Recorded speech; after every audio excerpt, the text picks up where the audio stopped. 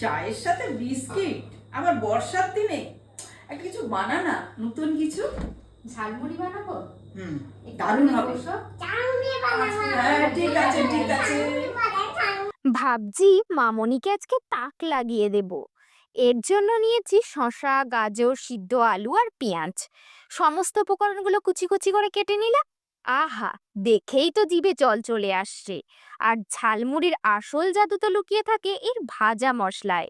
শুকনো খোলায় গোটা ধনে, জিরে, মৌরি, শুকনো লঙ্কা আর এলাচ একসাথে ভেজে নেওয়ার গন্ধটা উফ, অসাধারণ। এবার সব একসাথে মেশানোর পালা। একটা বড় বাটিতে মুড়ির সাথে একে একে চলে এলো গাজর, শসা, পেঁয়াজ, কাঁচা লঙ্কা কুচি আর সেদ্ধ আলু। সাথে গেল মটর সিদ্ধ, ভেজানো ছোলা, বাদাম আর ছোলা ভাজা।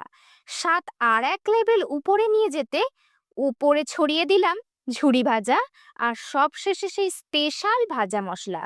সাথে একটু বিট নুন, সর্ষের তেল আর এক ফালি লেবুর রস।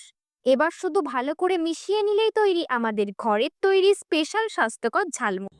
এ না, খেয়ে দেখো তো। বাহ, দেখতে তো খুব সুন্দর হয়েছে। দাঁড়া, তুই একটু খেয়ে দেখ।